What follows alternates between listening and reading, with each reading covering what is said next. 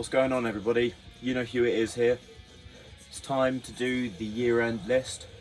2024 has been an incredible year for music, and this has been one of the hardest year-end lists I've had to make since I've been doing them for about 10 years now. There are a lot of amazing records released this year, and this list is pretty interchangeable. Wouldn't surprise me if some albums do grow on me, as they have been throughout the year. I'm going to kick it off with some honourable mentions, which are albums that, you know, did impress me. I think they're great. They're definitely worth your time. I just didn't feel that they inspired me to list them and go into as much depth as I am for the other 16 albums I've chosen to talk about. So I've got 7 honourable mentions which I'm going to talk about. So first of them is the new High on Fire record titled Cometh the Storm. So High on Fire, obviously an offshoot, one of the 2 major offshoots of the famed stoner metal band Sleep. This is a very guitar-driven, stoned-out addition to their back catalogue. It's very fun to listen to, and I highly recommend you check it out. Next one on the list, I've gone for the new Mutilation album, which was a bit of a surprise. So the famed French DSBM black metal artist. They've come through with a considerably more hi-fi approach to their sound, with these sort of simple repetitive riffs that become hypnotic as they're lost in the chaos of the pounding drums and the Jeff Whitehead of Leviathan fame-esque vocals. You know, if you're a Leviathan fan, I definitely reckon you should check this one out. Next one I've gone for is the new Vampire Weekend album. A really great addition to their catalogue. I think they've really found their strength again. This is just some fantastic modern indie rock with great instrumentation and great songwriting. The next one I've gone for is the highly anticipated and long-awaited follow-up to Time 1. This is Time 2 by Wintersun, the extremely expensively produced album that kept their fans waiting for a very, very long time. I know how that feels. And is it worth the hype and all the money behind it? I think for the most part, yes. It is not as expansive as I think some people might have hoped, but the production's amazing, playing's phenomenal. This is a really beautiful record. The next one I've gone for is the follow-up album by 200 Stab Wounds titled Manual Manic Procedures. Caught these guys live, they're absolutely wicked. This is some slamming death metal, traditional style, a la Cannibal Corpse and, you know, numerous gory 90s metal bands. I don't think it's quite as strong as the debut album, but it's definitely worth checking out, and I'm really excited for what they've got to do next. The next one I've gone for is a legendary group that I love very much. This is Nails with Every Bridge Burning, who have taken on a sort of death grindy approach to their new sounds. They've gone with some sort of very, if you know your guitar stuff, this is like HM2 grindy distortion that they pull off very well. Actually, I wasn't too sure about it at first, but it's ferocious, and it's a nice change of pace from their previous records, and it's quite a cool direction. And then the last honourable mention I've gone for is the new Knocked Loose album titled You Won't Go Before You're Supposed To. This is a absolutely phenomenal record, but the only reason why I've considered it an honourable mention and not in the actual list is because just the style of modern metalcore usually isn't my thing, but that isn't to say that you shouldn't listen to it. This is one of the best metal albums of the year. This is potentially a generational album with the influence that it's going to have. The production's phenomenal, all the performances are amazing. They're some of the biggest guitars I've heard in years. Just epic stuff, and it's pretty scary. So yeah, definitely worth your time. Okay, cool. We're going to get into the list now. I just realised that I haven't actually let you know what we're listening to in the background. So in the back you've got Pestilence with their 1991 album Testimony of the Ancients. Love Pestilence, really great, classic band. Cool. Okay, cool. Let's get to the list now. So starting off at number 16, I've gone with Kim Gordon, The Collective. I believe this is her second solo album post Sonic Youth. Now, Kim Gordon is the former bassist and co-vocalist of the famed New York No Wave outing Sonic Youth, as I mentioned a minute ago. Jesus Christ. yeah, this is a really cool album, and I'm really glad to see that she's still experimenting with her sound and making great albums this far into her career. Sonic Youth are one of my favourite artists of all time, and it's just great to see when your artists aren't together anymore that they can go off on their own and make really amazing music. This is kind of experimental, sort of trappy, industrial, and she uses a lot of sort of almost spoken word monologues. For instance, on the opening track, where she is just listing off a packing list for a vacation of some sort. Yeah, and I think it's an improvement upon her previous solo record, which I think was titled No Home Record. It just feels more fully realised, and it's a really cool album. Definitely think you should check it out. Number 15, I've gone with Mr. JPEG Mafia himself with his newest album, I Lay Down My Life For You. A really interesting addition to JPEG's ever-growing, fantastic catalogue. This is much more rock-inspired with more guitar-driven instrumentals, which suits his punky persona quite well. I wouldn't say it's my favourite album by his, but it is a great album and another testament to why he continues to be arguably, if not the most relevant music artist going. Really excited for whatever he does next. I'm always excited for more JPEG. He just seems to not miss. Number 14, I've gone with the long-awaited No Worries follow-up titled Why Lord. Before I talk about the actual music itself, I just want to talk about a little concept idea that I had about it earlier.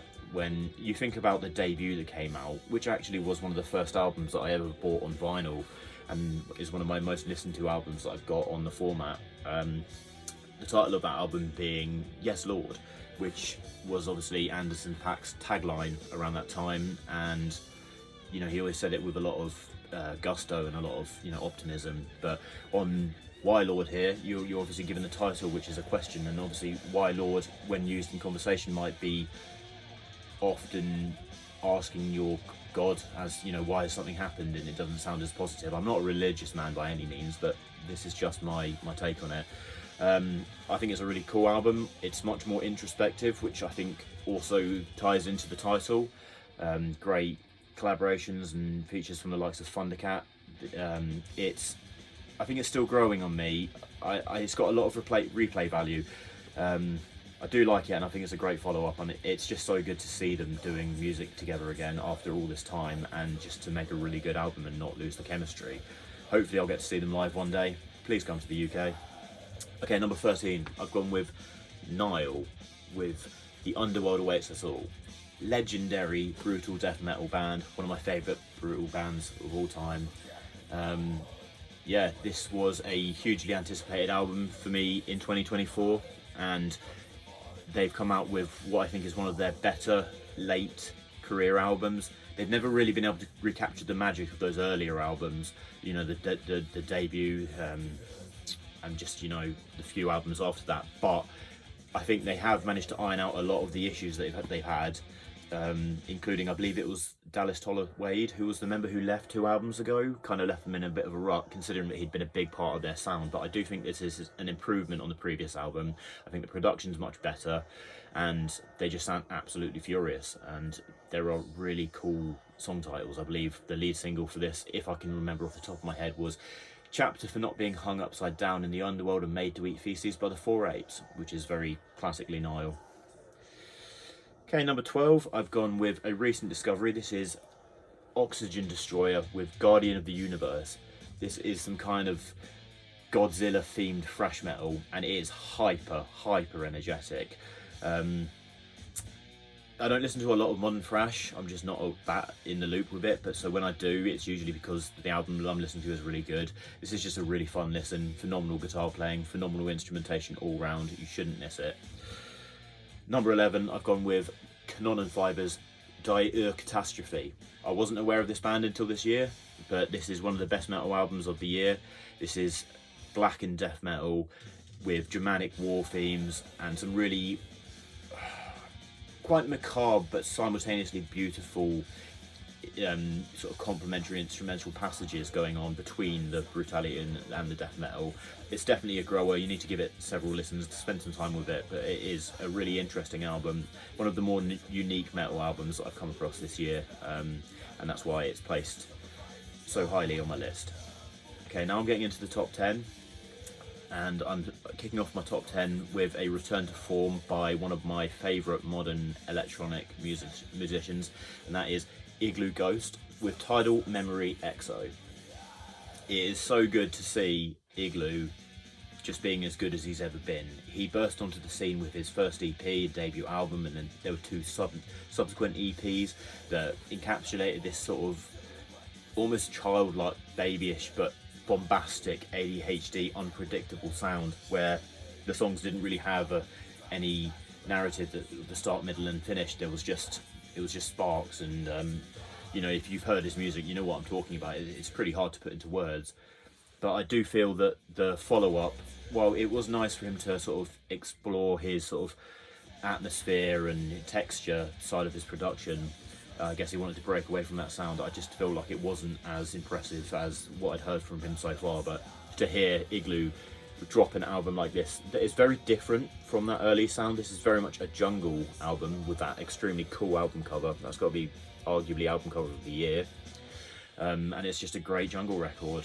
It sounds like you're underwater, and it has a really cool story behind it as well, because I heard there was something about the town where that album cover was taken, the photo. There's something about the town and the type of culture that goes on in that town that was a big influence for the album. Okay, cool. Number 9 was probably the biggest surprise for me this year. In 2024, I am head over heels for A Job for a Cowboy album. That's right, they are the pioneering deathcore group of the MySpace era, and you know, I think this album, Moon Healer, which is a big departure from their earlier sounds, as they've been getting more and more progressive and into the progressive death metal territory as time has gone on, for the fact that all this time later that they've dropped an album that is this good, it just shows that the deathcore era and the influence on it wasn't just some sort of fad. They genuinely have great musical talent. I love how Job for a Cowboy on this record can take a riff and then take a variation on that riff and then just slowly transform that into something else. I'd really like to shout out the bass playing on this album as well. This has some of the best bass playing I've heard all year. It has the best bass playing I've heard all year, actually. Let me rephrase that. And you know, the songwriting approach is brilliant, vocals are brilliant. It just completely floored me, and I was not expecting to like this. This is the sort of music where, as a bit of a sad metal snob, I kind of sometimes turn my nose up at, but you've got to give it a chance, you know. These sounds are pioneering, and this band is still making great music, and I'm really happy for them. Right, the next one I've gone for is number 8, and that is the new Godspeed You Black Emperor album, titled No Title, as of the 13th of February 2024, which then features the death count, which I believe is the Palestinian death count that was the number at the time of writing. That's a very obviously sad thing to talk about. And obviously the events going on have inspired this band to release an album. Musically, it is my favourite Godspeed You album, sort of in this sort of second half of their career that they've had.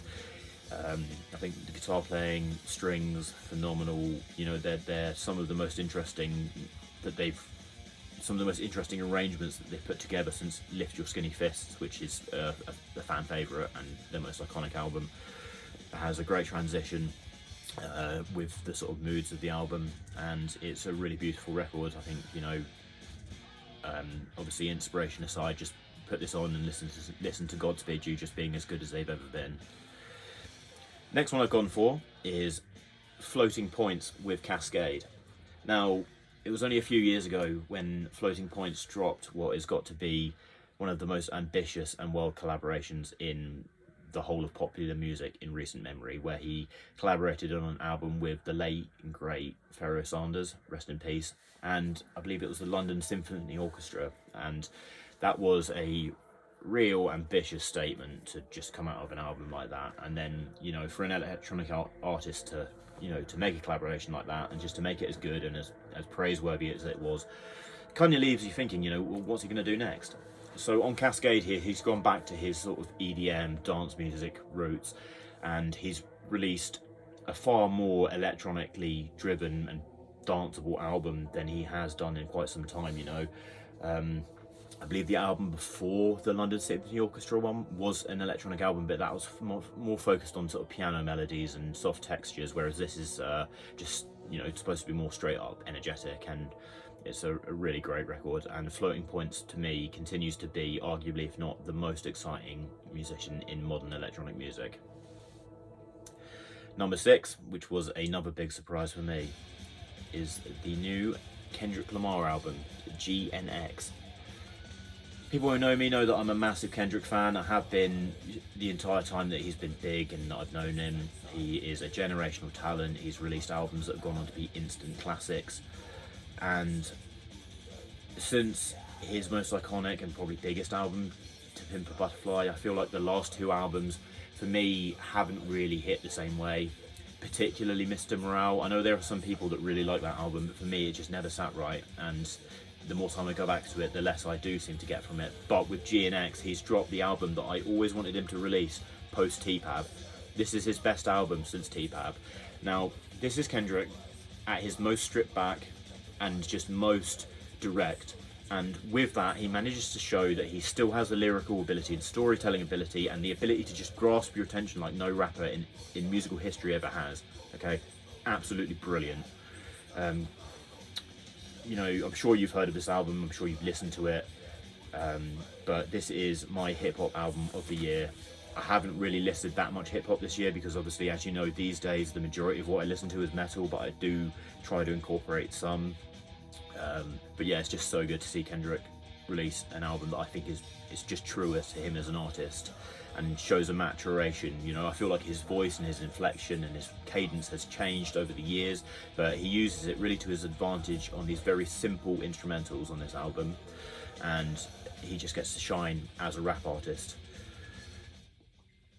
Next one I've gone with is an album that I've not seen mentioned very much this year in a lot of people's lists, and one that really came as a surprise for me.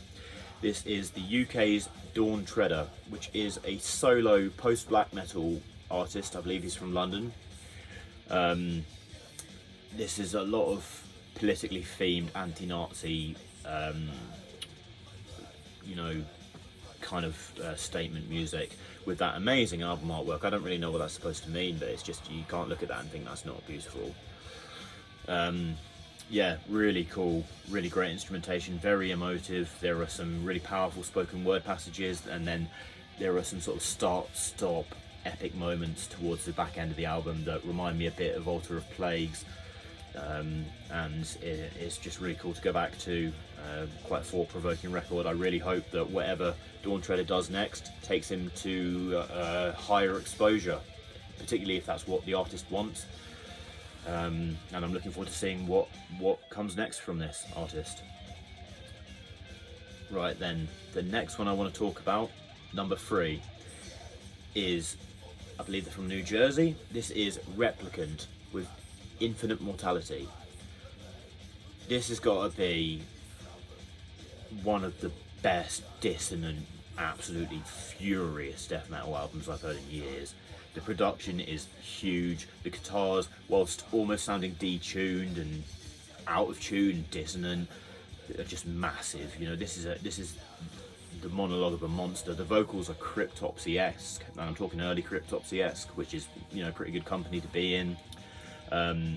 Again, I feel like it deserves more praise than it's been given this year, and I am hoping to get it on vinyl soon. They're now quite hard to come by because I think people have slowly cottoned on to just how good this is, and I really think if you aren't aware of this band, or if you like metal, you should definitely check this band out. That is Replicant with Infinite Mortality. Now, number 2. So, a few months ago I was made aware of the news that my favourite modern rock band, Black Midi, had disbanded, and they were on some relatively bad terms with one another, the members. So obviously that was very disappointing for me. But very soon after, Mr. Jordy Greep, the lead guitarist and co-vocalist of Black Midi, started releasing some very interesting music in the lead up to this record, and this is The New Sound by Jordy Greep. This is the most crazy album I've heard all year.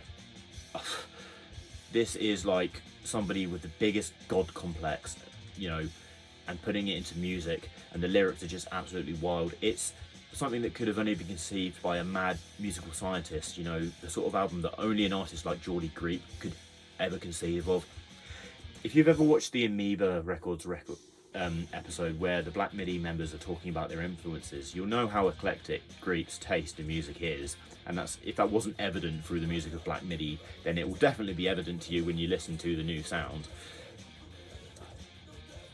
It features Latin instrumentation, it features lounge rock, it is, you know, Geordie Greep at his songwriting best, storytelling best. He is sort of portraying the narrative of somebody who is absolutely higher on life in their own delusion, when it comes to women and, you know, just their view on the world.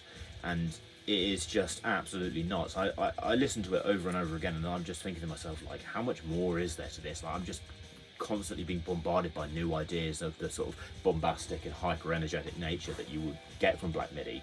And to be honest, in certain ways, this album is better than anything that Black Midi released. And I mean that, you know, everyone knows that I hold Black Midi in such high regard, and I feel like they were at the absolute cutting edge, envelope pushing forefront of rock music for the last, you know, however many years. But if Geordie Greep can release this as a debut album, you know, I'm just really hoping that the rest of the guys release some solo material, because they're all so talented. And yeah, Geordie Greep, the new sound. Okay, cool. There's one more album I want to talk about, which is number one, my album of the year. Albums that have this level of anticipation rarely live up to the hype, but I see this next album as a culmination of everything that this artist has done leading up to this point. I know this album has been absolutely everywhere this year, and the fact that that has been a thing might sort of take the shine off of it for a few people, sorry. But to me, this really is the best album I've heard all year, and this is Blood Incantation with Absolute Elsewhere. Like I just said, to me, this is the culmination of everything they did, from Hidden History through to Time Wave Zero and the Luminescent Bridge. It's all just been leading up to this, and it shows you that everything else that they've done has been done with foresight into releasing Absolute Elsewhere. This combines their extremely virtuosic traditional approach to death metal with the electronic vintage sounds that they were known for on Time Wave Zero. This is a journey through space and time. They collaborated with the legendary Tangerine Dream, and this is just so ambitious that it makes you wonder, like, how can an artist like this, you know, with all the hype behind it, make an album that actually just blows everyone away, just does what it was intended to do. And this, in my opinion, is a work of mastery. I don't think it's a perfect album, but I do think it displays a fully realised project, and the production's phenomenal. I love the dichotomy between the spacey ambience and the brutal heavy metal. The vocals are just again, I think that this, for the modern traditional or postmodern death metal era that we are in the absolute throes of, and I can't get enough of it, this might be the defining statement of that era. And part of the reason why last year's Tomb Mold record was my favourite album of that year was because while it doesn't sort of depart from the traditional death metal sound as much as this album does, what I liked what Tomb Mold were doing on that album was that they were really pushing things into a territory that you didn't see a lot, you know, with the melodic and beautiful guitar solos that were extended and just, you know, were kind of unheard of in this sort of realm of modern death metal up until then. But I feel like with Blood Incantation, they've done what only a band like Blood Incantation could do, and they've taken their inspirations and their sound and their geekiness, and they've just put everything into this record, and it is a gift. It's an absolute gift. So that is my album of the year, Blood Incantation, Absolute Elsewhere. Thank you so much for releasing this. I just want to thank the band, and I'm hoping I'll get to see them next year where they'll do a full performance of this. It will be fantastic. Happy New Year, everybody. I know it's New Year's Eve. I like to wait until the end of the year, and the reason why I do that, and the reason why I wait till New Year's Eve to post my list is because while I'm spending the whole year digesting new music, when in the sort of month of December and late November, I can kind of spend the time refreshing my list and seeing how stuff that came out earlier in the year has held up for me. And also, I don't like to post it earlier because you just never know what's going to drop in December, you know. So that's my list. I think every album that I've just listed off is worth your time. You should definitely check them out. I'm planning more content. I've got a lot more stuff in the works, and I'm really enjoying filming content for YouTube again. I hope you guys have a happy new year. For those of you that are drinking, go out and get absolutely fucking smashed. Stay safe, and happy 2025, everybody. You know who it is.